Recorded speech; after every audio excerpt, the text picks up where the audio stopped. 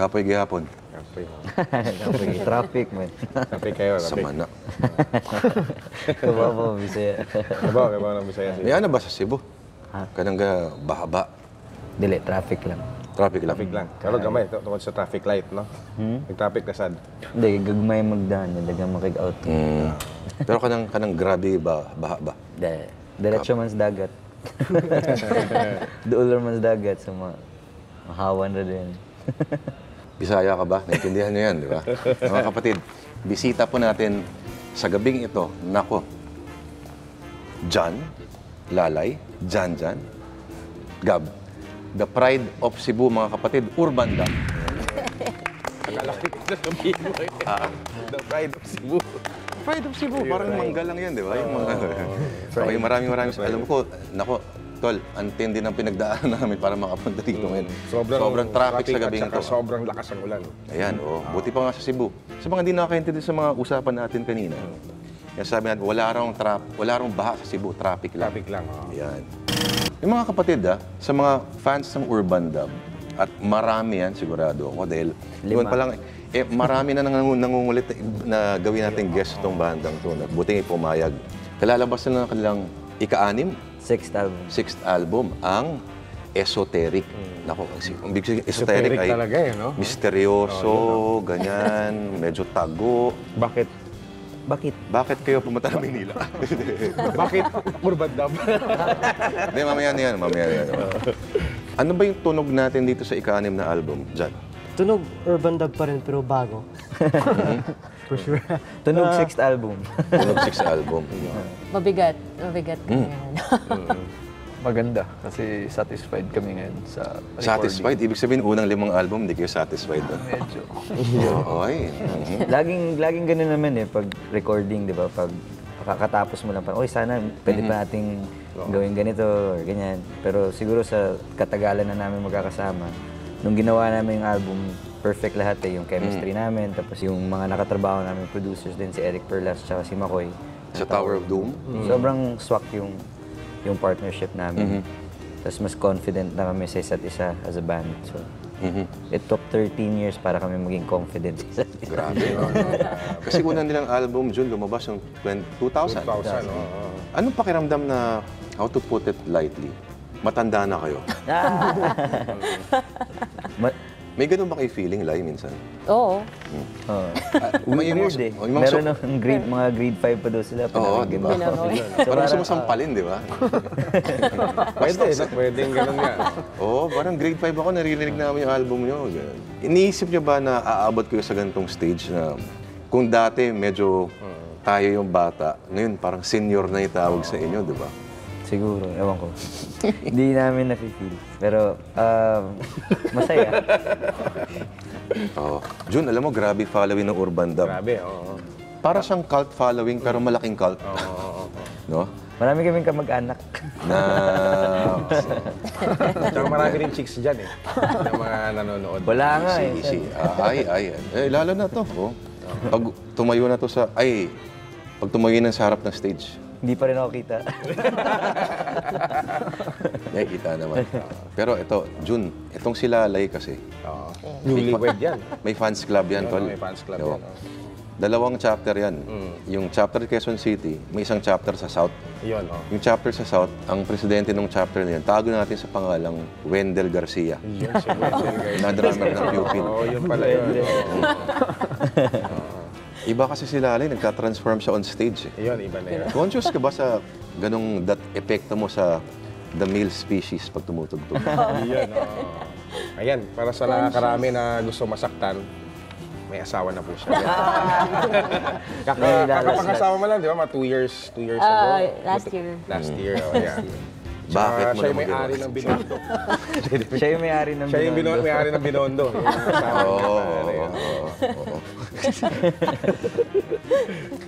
Yung tunog ng Urban Dub, after 6 albums and 13 years in the industry, no? Meron ng matatawag na tunog. At alam mo, minsan kahit sa gitna ng traffic, pag tumugtog yan, alam mong Urban Dub yung tunog.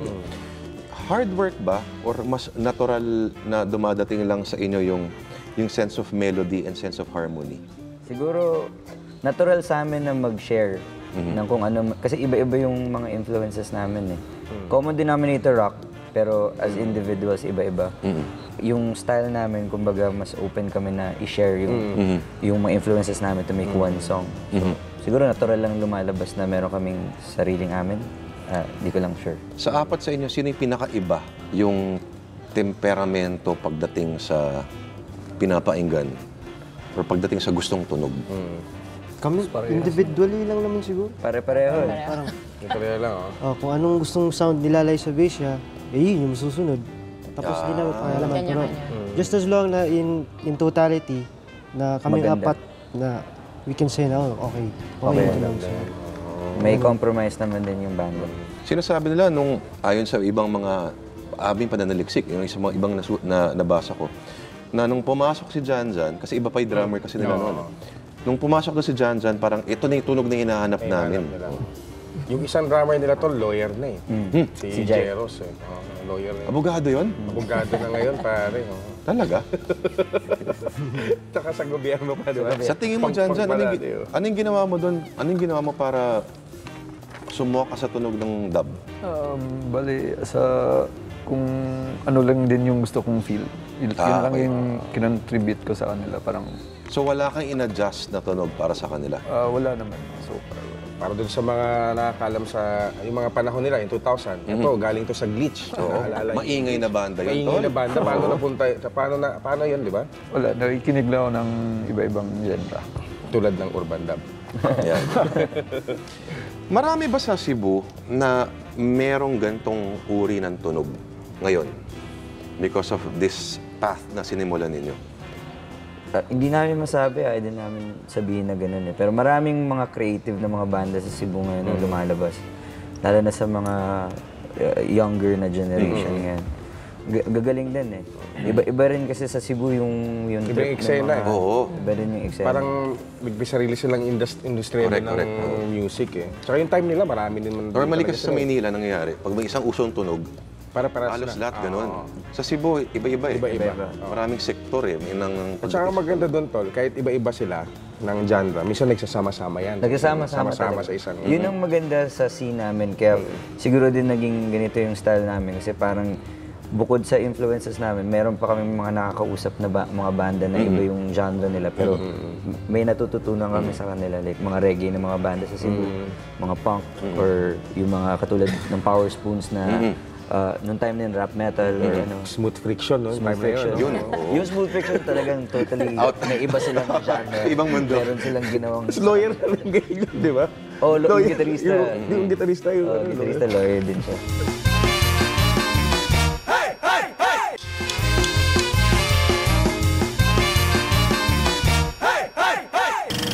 Totoo ba na ang mga taga Cebu raw, lalo-lalo yung mga musicians ng Cebu, may conscious effort kayo to sound differently from kung ano yung nangyayari sa Maynila?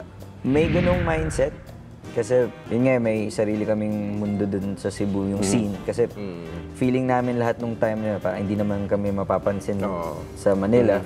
So, might as well just do our own thing. So, Tsaka medyo snub yung mga taga Cebu, Tol, pag may dumating na mga taga Maynila. Sa totoo lang, ha? Oo, men. Isa sa mga pinaka... Kasi may ganun eh. Tapos parang makikinig lang sila. Tapos pagka yung local band na, tsaka sila magwawala. Ganun. Oh, Tol. May ganung experience sa mga... Isa sa mga di ba? pinaka nakaka-nervyo sa experience ko sa buhay ko nung tumutugtog ako sa isang banda, ay tumugtog sa Cebu. Di ba? Medyo snub yung ano eh, parang...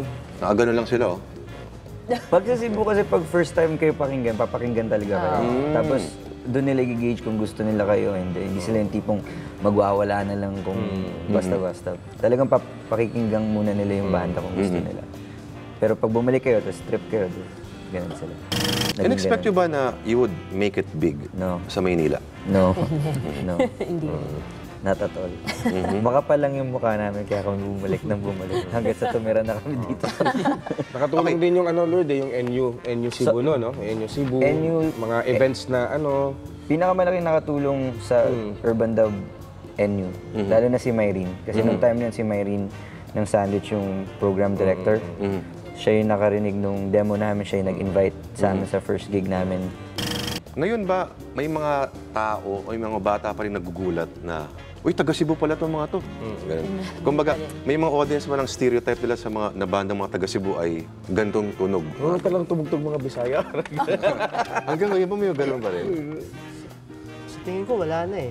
Since prominent na yung internet and everything sa exchange ng music and everything, so nagsistep up na halos lahat at the same time na yun. Hindi na yung geographical problem na Manila, tapos Visayas. Wala na, no? Everything down south, may ibang mundo rin eh. So, parang wala na rin eh. Lai, ikaw tingin mo. Bukod sa kagandahan mo, bakit?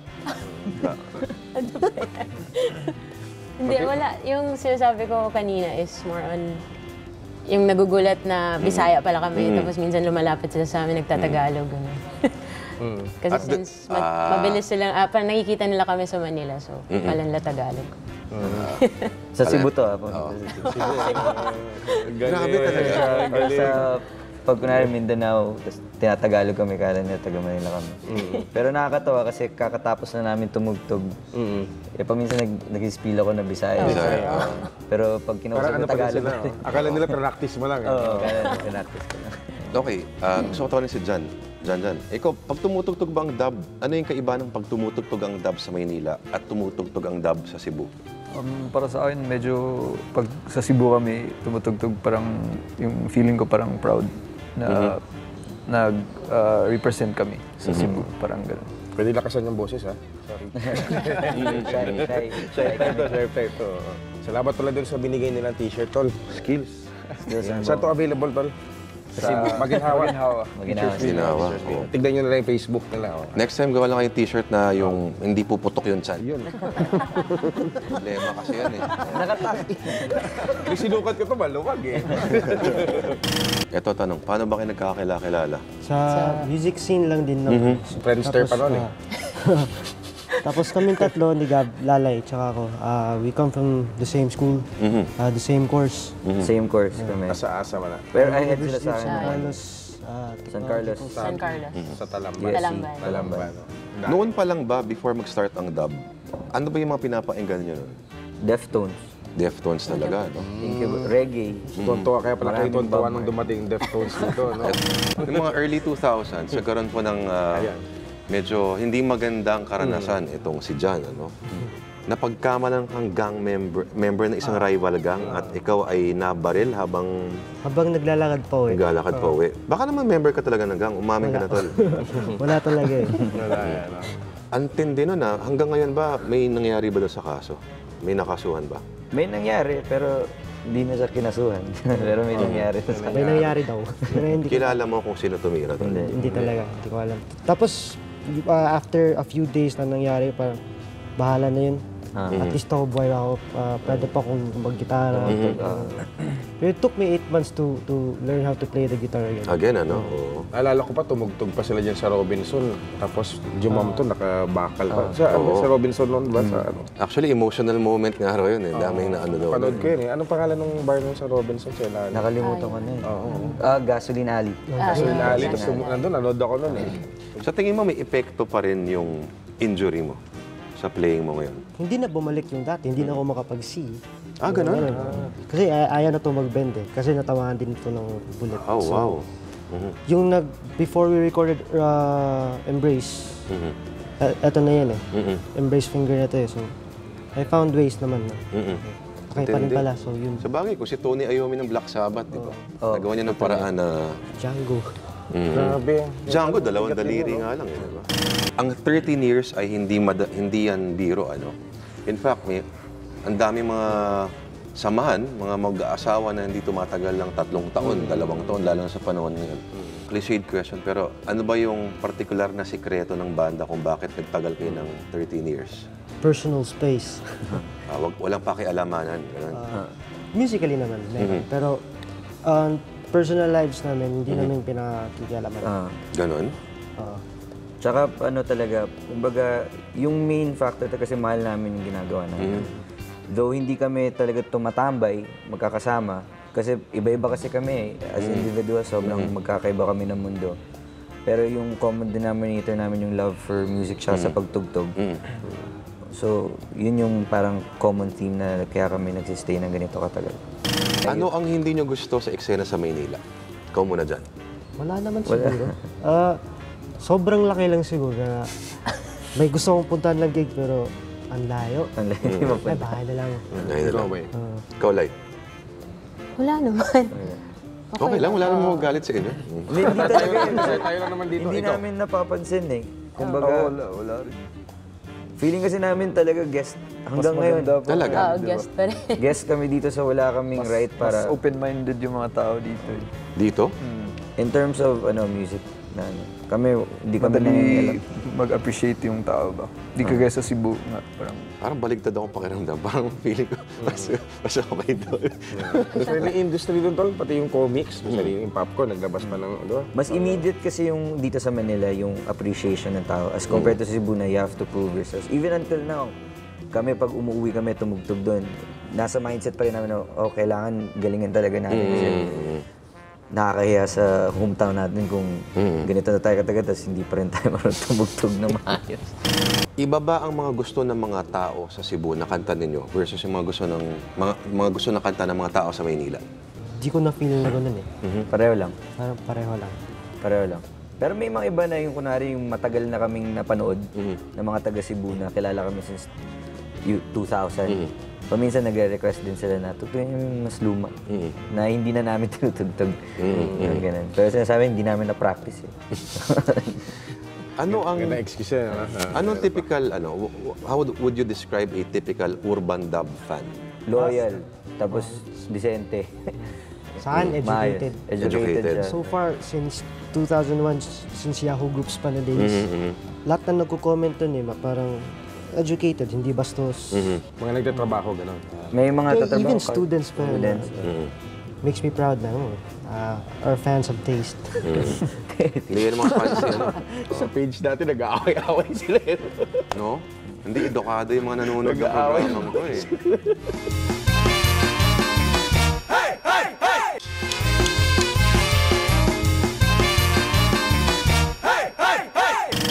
Kayo ba ay may ibang ginagawa aside from playing in urban dub? Walang day jobs, but business, negosyo, ganun. Yan nga, yung skills. Skills and Bones. Yung sa akin, Skills and Bones, tapos may family business kami sa Cebu. Ito, kanila yung binondo eh. Okay na ginagawa. Ito hindi na kailangan magtrabaho. Diyan. Bay, di ka masabot. Masulti. sa karon meron kaming tinatayong parang magdi-distribute kami ng mga trucks, China trucks dito sa Philippines. Yan ang racket. Nandiyan si Commissioner Biasa, no? Kausapin mo mamaya. Last time nga, kausap niya si Romero eh. Oo, di ba? General Romero. Matindi. Ikaw dyan. Galing, ah. Ako, nasa bahay lang. Trying to get back on designs. Graphic design. Again. So, kasi may plano din kaming maglabas ng Mga merchant. sariling merch namin. Oh, yan. Tama Purely yan. urban dub. Sa tingin ninyo, saan pupunta ang music scene sa Pilipinas? Ay, at least yung band scene. May naamoy na ba kayo na, uy, may parang bagong tunog na lumalabas, ah? Sa bagong tunog, marami magaling na banda eh. Pero obviously maraming very western ang influence. Pero hindi naman natin maiiwasan yan eh. Kasi internet ngayon. Pero maraming magagaling na mga banda. Tapos yung band scene, tingin ko hindi mawawala yan eh. Kahit sabihin na OPM is dead, OPM is dead. Punta lang sila ng gig ng mga banda, puno lagi. Oo. Alam mo yun? So, ewan ko sa pop. Pero Mga nagsasabi nun, mga pusong bato pinapainggan. Saan masarap kumain sa Cebu ngayon? Saan masarap yung okay kumain? Pasig. Pasig pa rin, no? Live. Ano meron sa Pasig? Doon yung mga, turtles, meron din doon, di ba? Turtle? Soup, mga ganun. Sana walang taga-DNR na nanonood. hindi kami kumakain dun. Hindi kami yun. Lapit sa amin yun eh, sa ano kami. Ano sa tingin ninyo ang nasa tunog ninyo that reflects Cebu? The reggae-oriented, Siguro songs that ano, we've written. sa sobrang mix ng influences namin sa isang kanta, yun siguro yung parang Cebu na style. Kasi ang variations ng bands doon, tsaka ng eksena doon, iba-iba rin eh. And natuto kami sa lahat eh, kasi open lahat ng mga eksena sa Cebu na makipagtropa tsaka kausapin ka. So, yun yung lumalabas sa mga kanta namin. Kaya hindi lang siya rock, may elements ng hip-hop, may elements ng R&B, may reggae, may iba-iba. Last question. Ano ang payo ninyo sa mga bata dyan na ayaw sumayaw, ayaw mag-DJ, gusto magbanda? At saka, ayun. At saka yung mga nanonood na naka-cellphone. Hindi ba nakakainis yun? Nanonood ng gig, nakaganyan lang ultra auto. Yung matindi yung iPad. Ay, oo. Mas malaki yun. Mas malaki na Nakakaharang. harangan. Nakakaharang sa iba. Pero okay lang din. Ako hindi naman particular kasi okay din yun eh. Kasi pag binivideohan nila, Marketing din yun. lalagay nila yun sa YouTube eh. Tapos internet, lalawak. Marami makakapanood. Paglabas sila ng concert venue, mananakaw din yun. Kaya okay lang. Yun yung lang nakakatakot pag nanakaw yung cellphone nila. Kaya okay din na wag na nilang gawin. Ayun. So, yung tanong natin na payo sa mga batang nais magbanda, isa-isa tayo. Mula kay Jan muna. Be true to the art that you're into. Be honest. Be mercifully honest. Practice lang. Practice. And stay dedicated. And things will fall into place. Ikaw, Lai. Galingan nyo lang. Try to be different. Try to, may ma-offer kayo sa music industry. Tsaka may asawa na si Lalay. Wala ka ng pag-asa. Ikaw, magsasalita ka ba? Wala sa akin, explore lang. Tsaka be open-minded kung gagawa ng music. Yan. Yan. Gab. Be passionate sa ginagawa mo. Kumbaga, huwag ka masyadong mag-compromise kung meron na kayong napiling path in terms of music. Tapos, yun, makinig ng iba-ibang klaseng genre para mas lumawak yung pag-iisip mo. Yan. Ganun lang. At kung hindi para sa inyong pagbabanda, sumayaw na lang kayo. Masyado na maraming banda sa Pilipinas. At saka, pagandahin nyo lang yung kotse nyo, yung malakas. Oo, maganda na lang kayo, tol. Break dance. Alright, maraming salamat. Cool Bandam. Lai, salamat. Ako. Umabot siya.